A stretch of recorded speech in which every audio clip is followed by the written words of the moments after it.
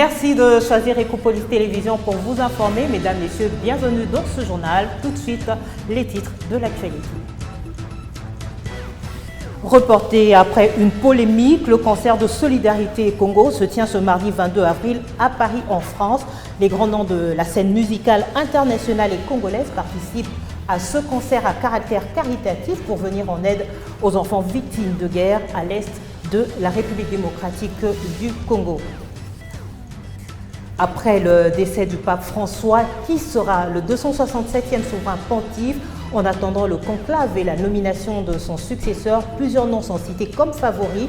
Vous suivrez dans ce journal l'organisation des funérailles du pape François.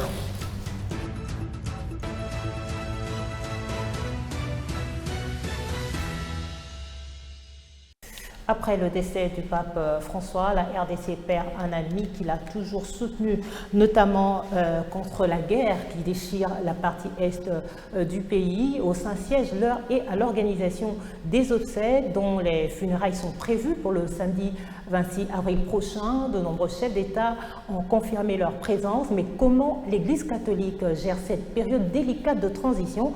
Qui sera le 267e pape? Tentative de réponse dans ce condensé. Au lendemain de la mort du pape François, les hommages continuent d'affluer mardi 22 avril 2025. Parmi les chefs d'État qui ont rendu hommage au souverain pontife dès l'annonce du décès, figure le président de la République démocratique du Congo, Félix Antoine Tshisekedi. À Kinshasa toujours, Fridolin Ambongo, archevêque de Kinshasa, a également exprimé sa douleur face à la perte de ce serviteur de Dieu exceptionnel. Au Saint-Siège, l'heure est à l'organisation des funérailles. Elles auront lieu le samedi 26 avril prochain à 10 h, place Saint-Pierre. Par la suite, le cercueil sera transféré à la basilique Sainte-Marie-Majeure dans le centre de Rome où le souverain pontife sera enterré. De nombreux dirigeants étrangers ont déjà confirmé leur présence, le cas notamment de Donald Trump, Emmanuel Macron et Zelensky. En attendant le conclave prévu dans 15 à 20 jours pour l'élection d'un nouveau nom, c'est au Camerlingue de faire office de pape par intérim. Il sera chargé des affaires courantes. Si plusieurs noms sont cités comme favoris, seuls les cardinaux de moins de 80 ans sont autorisés à pénétrer dans la chapelle Sixtine pour choisir le prochain pape. Pour être élu, le prochain Saint-Père doit atteindre les 2/3 des suffrages, soit 90 voix. Dans l'actualité également, Fornia Singbe, le médiateur désigné par l'Union africaine dans la crise qui oppose la RDC au Rwanda, a entamé officiellement ses fonctions lundi 21 avril. Sa première rencontre a eu lieu avec le président rwandais Paul Kagame. Cette initiative s'inscrit dans le cadre des efforts diplomatiques visant à résoudre le conflit qui persiste dans la partie est de la RDC. À l'issue de cette entrevue, le président togolais devrait également rencontrer le chef de l'État congolais, Félix Antoine Tshisekedi, dans le but de parvenir à un accord entre Kinshasa et Kigali. La communauté internationale et particulièrement l'Union africaine espèrent en cette médiation pour instaurer la paix et la stabilité dans la région des Grands Lacs. Dans l'actualité également, rapport Afrique-Europe, relations diplomatiques RDC-France, mais également la situation sécuritaire dans l'est de la RDC. L'avocat et homme d'affaires français Robert Bourgi s'est exprimé sans détour au cours d'une émission sur la H-motivation à Paris en France. Selon cet amoureux de l'Afrique, le temps de la colonisation est révolu. Il appelle l'Hexagone et toute la communauté internationale à cesser de soutenir les terroristes qui retardent le développement de la RDC. Saturna Djembe nous en dit plus. Même scénario, le mouvement M23 qui... Dans ton ferme et oratoire direct, le franco-libanais surnommé le Monsieur Afrique s'est donné à cœur joie à cette interview face au youtubeur belge Aziz Arok en parlant de l'Afrique, ce continent qu'il a vu naître. Abordant la question de l'insécurité dans l'Est de la République démocratique du Congo, l'ancien avocat du feu maréchal Mobutu et conseiller de Jacques Faucard qualifie le M23 d'un mouvement très nocif à la base de la déstabilisation de la République démocratique du Congo. Même scénario, le mouvement M23 qui s'est emparé d'une grande partie de l'Est de la République démocratique du Congo, c'est le scénario de l'arrivée de Laurent Désiré Kabila à la tête du Zaïre et au renversement de Mobutu. Il faut absolument que l'opinion, que les grandes puissances puissent mettre fin à cette irruption militaire du Rwanda et de l'Ouganda. Il demande aux Occidentaux de tout mettre en œuvre pour écumer ces terroristes. Robert Bourgi vient une fois de plus asséner là où Félix Tshisekedi a ouvert la porte. Qu'on laisse la République démocratique du Congo vivre sereinement et qu'on laisse Tshisekedi gouverner. Il a été élu selon les voies démocratiques, normales, légales. Il est président, qu'on le laisse gouverner. Visiblement, la diplomatie agissante de Félix Tshisekedi engrange des résultats même sur des terrains insoupçonnés. De plus en plus, les agresseurs de la RDC sont isolés et le monde se mue en caisse de résonance des messages du chef de l'État qui, depuis son avènement, n'a cessé de plaider pour son pays en proie à l'insécurité et pillage de ses ressources. Élu à plus de 73% de sa population qui place en lui sa confiance et espoir pour les lendemains meilleurs. Félix Tshisekedi, au pouvoir depuis 2018, est injustement combattu par les grandes multinationales et les salons UP qui ne jurent que sur son échec. Le fameux mouvement M23, qui est un danger. Et qu'on laisse Tshisekedi gouverner. Et puis, sécurité dans la partie est de la RDC toujours. Les arrêtés ministériels ont été signés récemment par les ministres de l'Intérieur et celui de la Justice pour formaliser la suspension des activités du PPRD, parti de l'ancien président de la RDC, Joseph Kabila, sur toute l'étendue du territoire national. Des procédures sont en cours pour aller plus loin avec des conséquences sur les biens. Il est accusé d'être en connivence avec le M23. Je vous invite à suivre la quintessence de ces communiqués avec Saturna Djembe.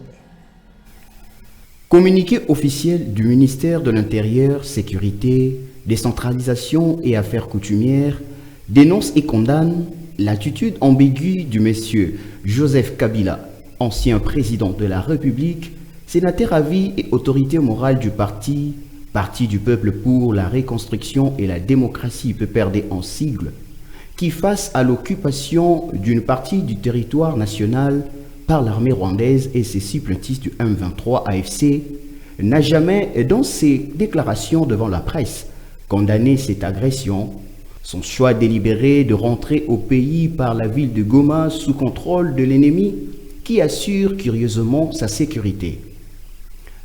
À cet effet, le ministère de l'Intérieur, Sécurité, Décentralisation et Affaires coutumières informe l'opinion que, conformément aux articles 29, 30 et 31b de la loi numéro 04/002 de 15 mars 2024 portant organisation de fonctionnement de partis politiques, les activités du parti politique, Parti du peuple pour la reconstruction et la démocratie PPRD, sont suspendues sur toute l'étendue du territoire national. Par ailleurs, le ministère de l'Intérieur va saisir le parquet près de la Cour constitutionnelle pour porter le fait. Cette décision fait suite à l'activisme avéré de l'autorité morale du PPRD dans cette guerre d'agression rwandaise, ainsi qu'au silence coupable voire complice du dit parti, violant ainsi le prescrit de l'article 6 de la loi sus-évoquée de l'article 5 de la loi portant statut des anciens présidents de la République élus et fixant les avantages accordés aux anciens chefs de corps constitués. Le ministère de l'Intérieur, Sécurité, Décentralisation et Affaires coutumières continue de rappeler aux partis politiques de leurs obligations. Le ministère de l'Intérieur, Sécurité, Décentralisation et Affaires coutumières continue de rappeler aux partis politiques leurs obligations de veiller à la consolidation de l'unité nationale, à la préservation de la souveraineté de l'État congolais, à la préservation de la sécurité et l'intégrité du territoire national. Sur la même note de communiqué officiel, Son Excellence Monsieur le Ministre d'État, ministre de la Justice et garde des Sceaux, informe l'opinion publique nationale et internationale qu'il a donné injonction à l'auditeur général des FARDC ainsi qu'au procureur général près la Cour de cassation d'engager des poursuites judiciaires contre M. Joseph Kabila Kabange pour sa participation directe à l'agression menée par le Rwanda à travers le mouvement terroriste AFC M23.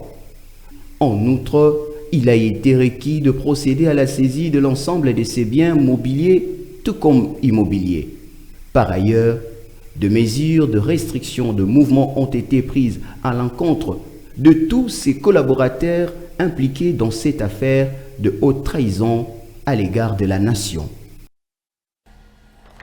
Sécurité encore, le commandant de la 22e région militaire, le général de brigade Edi Kapan, s'est rendu récemment à Kipushi, territoire situé à 40 km de Lubumbashi dans le Haut-Katanga, afin de dissiper toute psychose causée par les ennemis de la République, annonçant l'intrusion des terroristes du M23 dans l'espace Katanga. Sur place, la situation est calme et la population a été rassurée par la présence du patron des FARDC dans le Haut-Katanga. Ces propos sont recueillis ici par votre rédaction.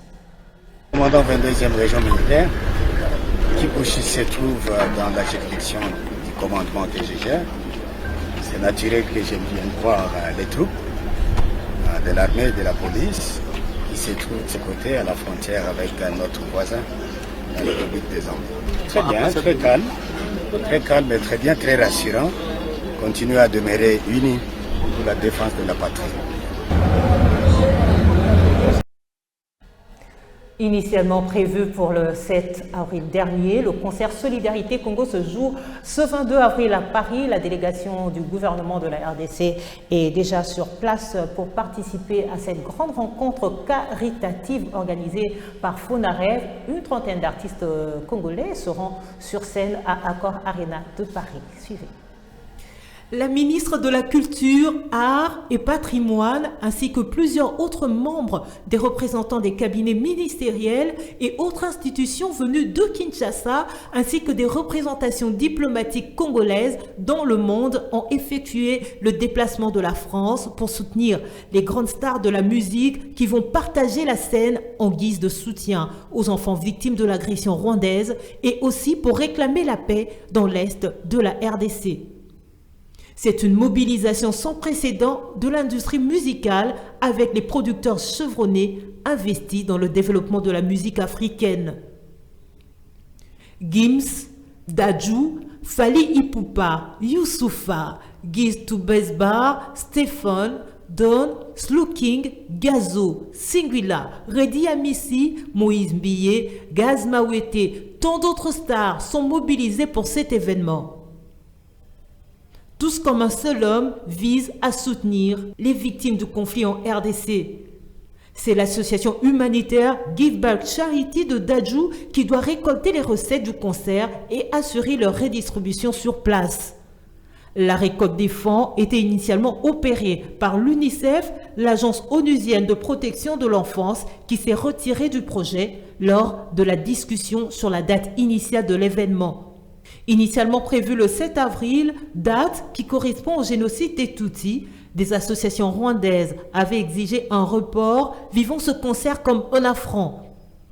Au total, une trentaine d'artistes, en majorité d'origine congolaise, dont des invités surprises, sont attendus chacun pour interpréter quelques morceaux sur la scène de l'Accor Arena où sont attendus jusqu'à 11 000 spectateurs.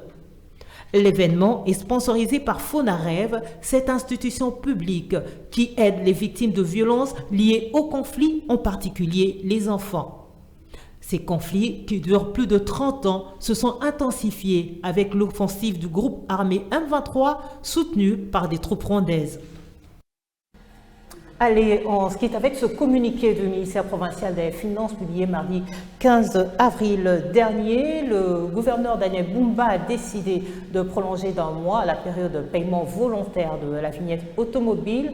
Le recouvrement volontaire de la vignette automobile reste limité au mois de février dernier, avant le début de la période du paiement forcé avec pénalité au mois de mars. Il a été ensuite prolongé du 15 avril, allant d'être reconduit par le gouverneur de la ville Daniel Bumba. Ainsi donc, la nouvelle date limite est fixée au 15 mai 2025. Matelas, mousse, draps, couverture, vivres et non-vivres, des tonnes de dotations émanant de l'hôtel de ville de Kinshasa.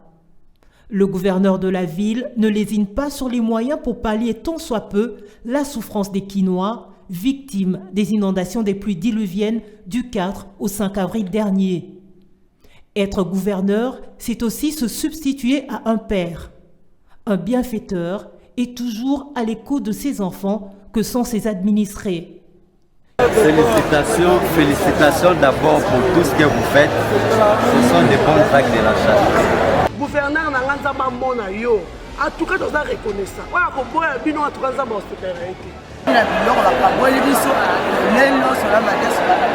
Ces nuits ne sont pas du tout repos. Daniel Bumba Lubaki inspecte les travaux de réhabilitation de toutes les artères de la ville. Même tard dans la nuit, même en interpellant certains inciviques véreux au sens élevé du patriotisme.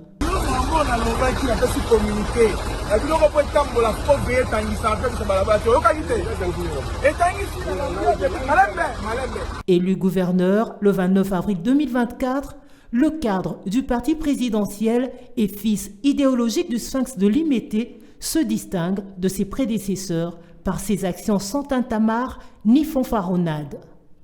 Les Kinois peuvent se réjouir d'avoir élu un gouverneur à la hauteur de ses attentes. Vous venez là de suivre la visite d'inspection du gouverneur de la ville de Kinshasa, Daniel Bumba, sur les sites où sont logés les sinistrés de la pluie diluvienne enregistrée à Kinshasa du 4 au 5 avril dernier. Voilà qui met fin à ce journal. Merci de votre fidélité à Ecopolis Télévision. On se retrouve très vite pour une nouvelle édition et c'est déjà demain. Merci.